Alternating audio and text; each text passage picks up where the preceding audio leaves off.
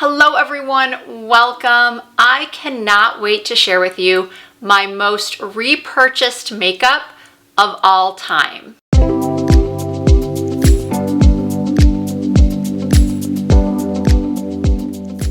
Before I get started, I'm sure a lot of my regular viewers are wondering what's going on with this filming setup. This is not my usual lighting. This is not my usual background. Well, some of you may recall that last July, my upstairs air conditioner went out. And for those of you that don't know, I live in Las Vegas and we have been having record high temperatures. I know a lot of the United States has been having record high temperatures. Las Vegas actually hit 120 degrees the other day for the very first time ever. So last July, our upstairs air conditioner went out. Thankfully, we have an upstairs unit and a downstairs unit. So an AC company came out, they fixed it. They said that the fix could last 1 year, maybe 2 years, but the unit is almost 20 years old. So there was a good likelihood that it would need to be replaced the following summer, which is now. So long story short, our air conditioner upstairs did go out again. We now have to wait a couple more days until we can get the new one installed. And by that time, it will have been 1 full week since the AC went out. So this is where I have to film in a very tiny guest bedroom. So in this type of video, I would normally show a lot more B-roll of me actually demonstrating some of these products. However, this is my current setup. There's just not a whole lot of room for me to set up my microphone and then a mirror and then get the lighting angled correctly. So I do apologize. Hopefully you will still enjoy at least hearing about these products that I have been using and repurchasing over and over again, in some cases for 10 plus years. I'm actually going to start with those. Here we have 4 bottles of Estee Lauder Double Wear. If you're new to my channel, I am 51 years old. I also have extremely oily skin. I also tend to prefer a more medium to full coverage foundation that lasts all day long. And Estee Lauder Double Wear has forever fit that bill. Last year around this time, I did do a video where I compared the new, at the time, Smashbox Always On foundation to this one. And I titled that video something like, has Estee Lauder Double Wear met its match? I still feel like that foundation, the Smashbox Always On, is excellent, but the shade range does leave a lot to be desired. This one did too, for a long time. For a very long time, I could not find an exact shade in Estee Lauder Double Wear. Since I first started using it though, years and years and years ago, they have expanded the shade range. The 4 that I have here are 1 and 2 Ecru. That's what I wear when I am super, super pale. I've got 3 and 1 Ivory Beige, which I sometimes mix with the 1 and 2. 4 and 1 Shell Beige is for when I am extremely tan. Well, let me clarify. I don't tan. I do not lay in the sun. So when I say tan, that is by way of at-home tanner or a professional spray tan. And then I also have 3 and 2 Wheat. And now I'm sitting here thinking, where is my tawny shade and where is my rattan shade? They've got to be around here somewhere, because those are the 2 that I wear, that I repurchase the most often. And then the next foundation that I rave about constantly, that I repurchase over and over, and I cannot believe how much the price of this foundation has increased since I began buying it, I think in 2005. This is the Giorgio Armani Luminous Silk, and the shades I have in this are 6.25, 5.75, 4.5, and then I also have a mini of shade 7. Believe it or not, shade 7 is the one I currently have on. I'm oily, so I do have to prep my skin with an oil controlling primer. I do have to set this with powder and setting spray, but I just love the way it looks. I love the way it photographs. I love the way it feels on my skin, how it blends. Yes, it is incredibly pricey. However, a little bit does go a long way. And if you save it for special occasions, which is what I do more often than not, one bottle is going to last you a very, very, very, very long time. Okay, now let's talk about my most repurchased powders. I have been using the MAC blot powder for 15 plus years, maybe even longer. I found 3, one in my purse, one in my vanity drawer, and one in another purse. There's probably more. If I dug around my house, I'd probably find at least 2 more of these compacts. I have to double check though, anytime I put one in my purse, that it actually has a puff in it. I don't know what happens to my puffs. Like this one also does not have a puff. This one must have one. Seriously, I don't know what happens to them. There we go. Do they fall out? Do they just go missing like socks in the dryer? I don't know. I guess I need to buy more puffs. Now the trick to using this blot powder successfully is purchasing the right shade. Believe it or not, I use medium dark. Does this look medium dark to you? Mm-mm. So if you have a skin tone like mine and you have been told to purchase, or you just were ordering online and purchased light or light medium and you got it, tried it and thought, oh, I look chalky, I think this is going to have flashback in photos. I promise you these run incredibly light. So here I am blotting my shine with medium dark. It takes down my shine. It never looks cakey. There is a reason why out of all of the powders out there, the other powders out there for touch-ups, I repurchase this one over and over again.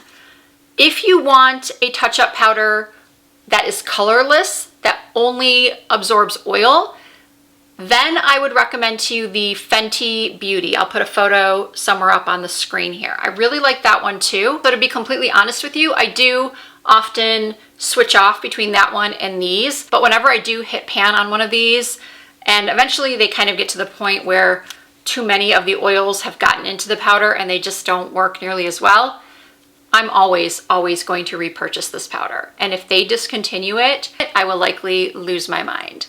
Just kidding. They discontinued my MAC Studio Fix Fluid that would have been in this video had they not reformulated it. I do really like the new formula though. I have a video on that as well, a comparison of the old versus the new. And I really do like the new formula, but I haven't repurchased it yet. So I wasn't sure if that counted towards one of my most repurchased products ever, because the original one was, but I haven't repurchased the new formula yet. And then the other powder that I have repurchased over and over and over and over again is the Charlotte Tilbury Airbrush Flawless Pressed Powder. I used to have shades 1 and 2, but 2 is a little bit dark for me, especially since I have a tendency to use loose powders to set my face, and then I'll use this powder to brighten up under my eyes, set my concealer, or to add a little brightness through my T-zone. So that is why I prefer number 1. And you can tell by not only the looks of the exterior of my compacts, but the interior as well, that this is a powder I reach for a lot. If you have ever watched one of my Sephora biannual sale recommendations videos, you would have seen me recommend this powder every single time. For applying my foundation, there are several tools that I like to use. The BK Beauty 101 brush, the IT Cosmetics Heavenly Brush number 7, the Beauty Blender Pro Sponge, but the one sponge that even if I stray from for a while, I always find myself going back to, especially if it's a foundation that does have more light to medium coverage and I want it to have a little bit more coverage. I go through Stands Out sponges like they're Kleenex. Not that you really wanted to see my old dirty ones. Here is one of my newer sponges I actually just used today to apply my foundation. The trick to using the sponge is to use it dry. However, the first time you use the sponge, when you get it in the mail, if you ordered one right now and you got it in the mail tomorrow, you wouldn't want to use it right away. What you want to do is run it under water and squeeze out the excess, much like you would with a beauty blender. A beauty blender is technically supposed to be used damp. When I had my makeup boutique that was opened in 2007, I think we started selling beauty blenders in 2008 or 2009, and we sold so many beauty blenders every single day. And we taught every single person, because that was the training that we got, to use that beauty blender damp, to run it under water, squeeze out the excess, wait until the beauty blender got to at least double its size, then blot off the excess so it's more damp than soaking wet, and then apply the foundation using the beauty blender. This is similar but different. You still want to do the same thing as far as running it under the water and letting it expand, but then you don't want to use it damp. You want to wait until it's dry, like 8 hours later, or what I do is wait until the next day, so it's not wet at all or even damp, but it has stayed that bigger size. So I'll apply the foundation to my face and then I pat it in like so. So if you have any sheer to medium coverage foundations that you sometimes wish had more coverage, use a stands out sponge and you will get that coverage you're looking for without streaks that can come from using a brush or even sometimes a beauty blender. Next up is the NARS Pro Prime eyeshadow base, which is also something I sold a lot of back when I had my makeup boutique. It was one of the best, it still is, one of the best eyeshadow primers you can get. So they originally had the clear, then a couple years later they came out with the tinted versions, light, medium, and dark. And I loved those because I do prefer a little tint to my eyeshadow primer to neutralize the different blue and purpley tones that a lot of us have on our lids because the skin there is so thin. But about a year ago, maybe even longer, they did discontinue the tinted version. But I still find myself repurchasing the original because it is one of the best I have found for keeping my eyeshadows looking perfect all day. I mentioned earlier that I do have oily skin. If I don't use an eyeshadow primer, my lids become pools of oil. And I have hooded eyes, so primers really do help to keep my eyeshadow in place. I don't get transfer from my eyeliner onto my hooded lid.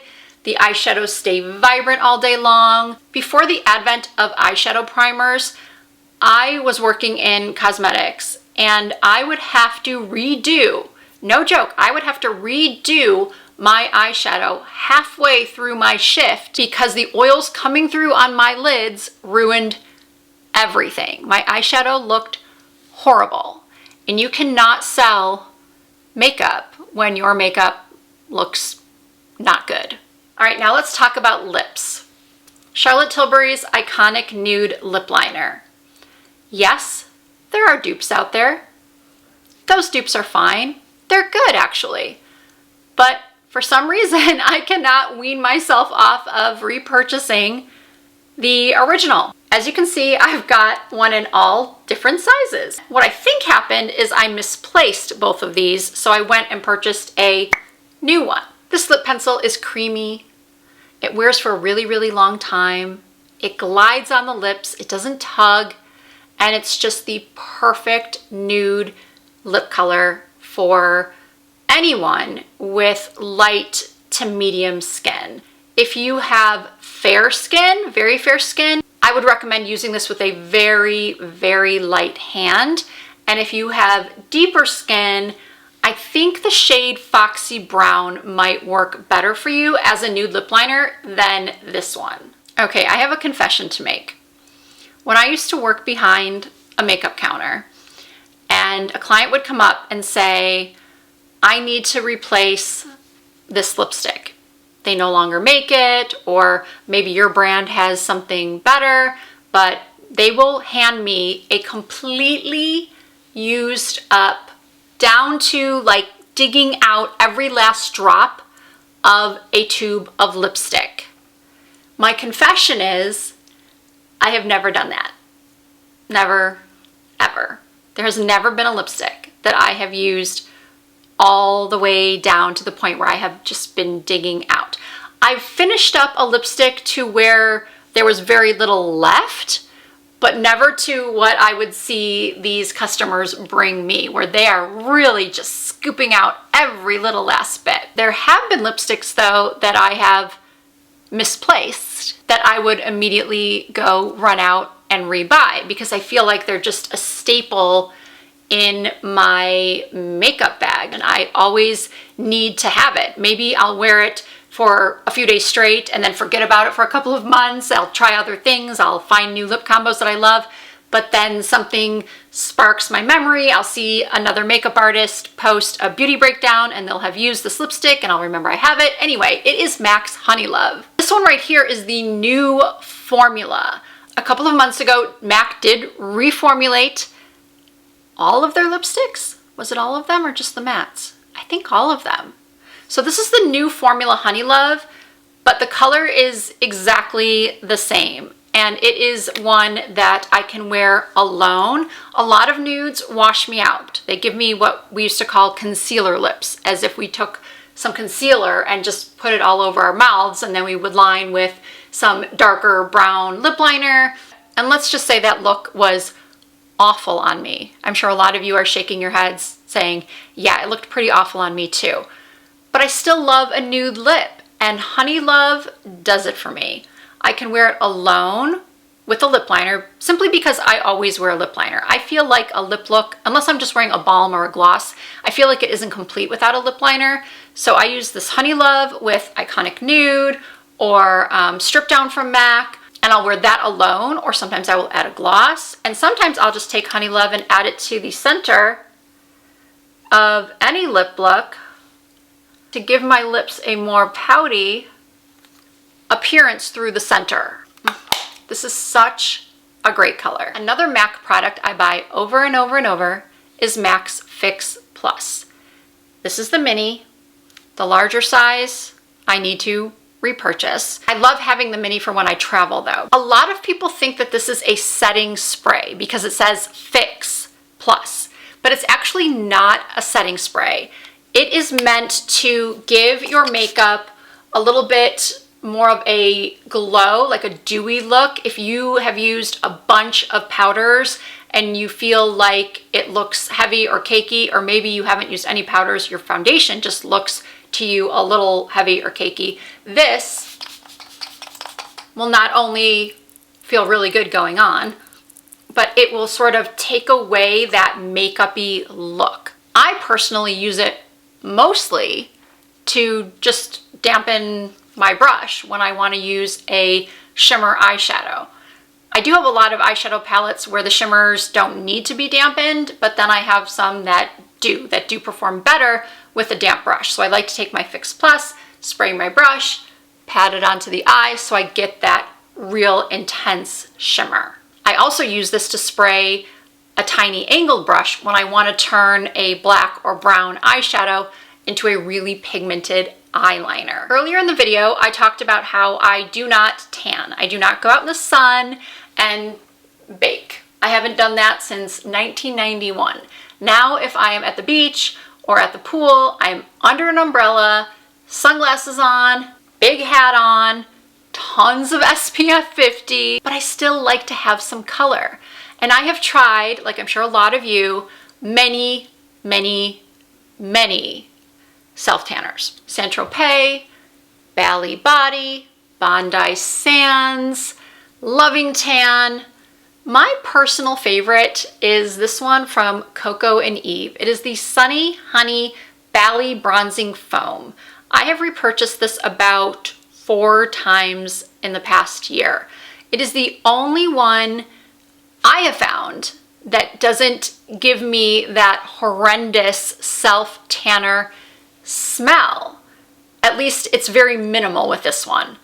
Other tanners I use, even if they claim to not have that smell, because apparently it's the ingredient that darkens your skin, that is what brings about that odor. This brand has managed to mask it, and it really just smells like a tropical vacation.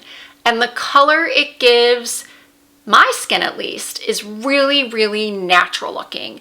It's not orange, it's not muddy, it's just that perfect, realistic tan color. And what I didn't like about some of those others that I mentioned was how they faded. That is really important to me. If a self-tan, an at-home tanner, fades like lizard skin, where my legs just look super scaly and dry, I hate that. This one fades, at least in my experience, very, very evenly. No lizard legs. Okay, probably should have shown this first because this is something I use before I self-tan. This is the Tropic Glow Moisturizing Shave Oil. Someone recommended this to me. Actually, I don't think it was someone. I think it was a lot of influencers over on TikTok, Instagram, here on YouTube. So many people were raving about this moisturizing shave oil from Tree Hut. You can get it at Ulta for around, I think it's $8, maybe less, maybe a couple dollars more, I can't recall. But I talk about this product a lot in my videos because I use it a lot and I have been rebuying it over and over again. I grabbed the closest one I could find, which is almost empty, but I already have a new bottle that I picked up from Ulta recently. You can also find it on Amazon, I believe. This one is the Tropic Glow scent, but it comes in a bunch of other scents. A lot of people, a lot of my viewers have tried this. It smells so good. And have gotten back to me saying that they are so thrilled that they tried it because it is one of the best shave oils you can buy. You don't get razor burn, you don't get nicks, you can use it on your bikini line. Again, no razor burn, no nicks, at least that's what my experience has been. I will never stop using this stuff. And then finally, I've got a couple of random items for you. By random, I mean things that you might not use or think of, but I'm sharing them with you anyway. Whenever I talk about false lashes and applying false lashes, corner lashes, strip lashes, my own lashes that I created with BK Beauty, people always ask, what lash glue do I use? Forever and always, this one from Kiss. It is the Brush On Strip Lash Adhesive with Aloe. I have super, super sensitive eyes. A lot of makeup artists, and I think even MAC sells duo glue, and I used that for the longest time. And I started to wonder why my eyes were getting itchy and irritated, and I got a little nervous because I love wearing my false lashes. This glue has saved me. I recommend it to everyone. The squeeze tube is okay too. I just find the Brush On much easier to use. I just take the lash and then I do a very, very thin coating of the glue onto the strip lash. I wait 20-30 seconds, apply it to my lid. The white dries within like 30 seconds to a minute, and I have never had any lift off with this glue. Not on the outer corners, not on the inner corners. Well, let me be honest, I typically wear corner lashes. Even my own strip lashes, the ones I mentioned with BK Beauty that are full length lashes, I more often than not will cut them in half and use them as a corner lash. I still don't get any lift up on either corner. This stays for hours and hours and hours and hours and never irritates my eyes. Speaking of Brush On fake things, fake lashes, fake nails. I don't have them on right now because I am going on a trip in a couple of weeks and I'm trying to repair my natural nails before I put the press-ons on. Because truth be told, I feel like if you're constantly using press-ons, it does damage your nails a little bit. So I prefer to let my nails breathe for a couple of weeks in between sets of press-ons. But when I do use press-ons, no matter what brand, the only glue I will use is the Glamnetic Brush On glue. Just like I have a MAC blot powder, all around my house, it seems, I've got these all around as well. This glue is even better than the Glamnetic glue that comes in Glamnetic nails. They give you one of those little tubes like they often put in, you know, false eyelashes as well. I don't like those. I find them very hard to squeeze.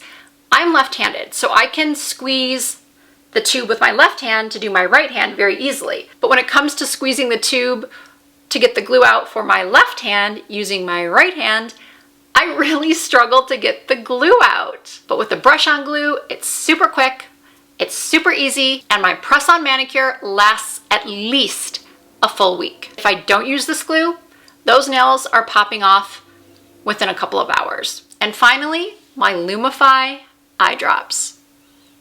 I have repurchased this countless times. I usually get it at Costco because that's where I find a double pack at the best price. I just read a comment this morning on one of my other videos. Someone had asked me how I get the whites of my eyes so white.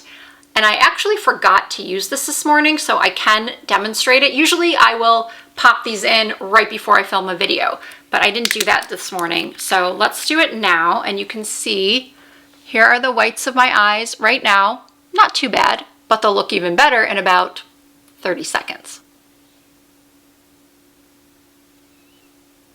I feel like I should have that Jeopardy music playing, you know, when the finalists are writing down their final answer. How do they look now? Amazing, right? The person who left that comment said that she had been using Visine every single morning, and that's no good. Visine is very different from this. This is okay to use every single day. I don't, honestly, I don't. I just use it when I film or before I'm going out at night for a special occasion. But from what I understand, this is safe to use every single day. All right, everyone, I really hope you enjoyed hearing about my most repurchased beauty products, makeup products of all time.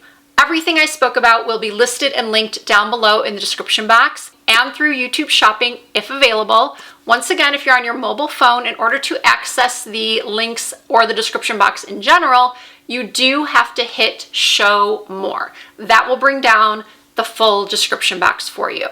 If you did enjoy this video, I really appreciate you giving it a thumbs up. If you're not already subscribed to my channel, I do upload new content at least twice per week, so I really hope that you will consider hitting that subscribe button and joining the Risa Does Makeup family. You can also find more content from me over on Instagram and TikTok and Facebook.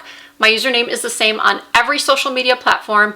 It's Risa Does Makeup. Thank you all so much for watching. I hope to see you in my next video.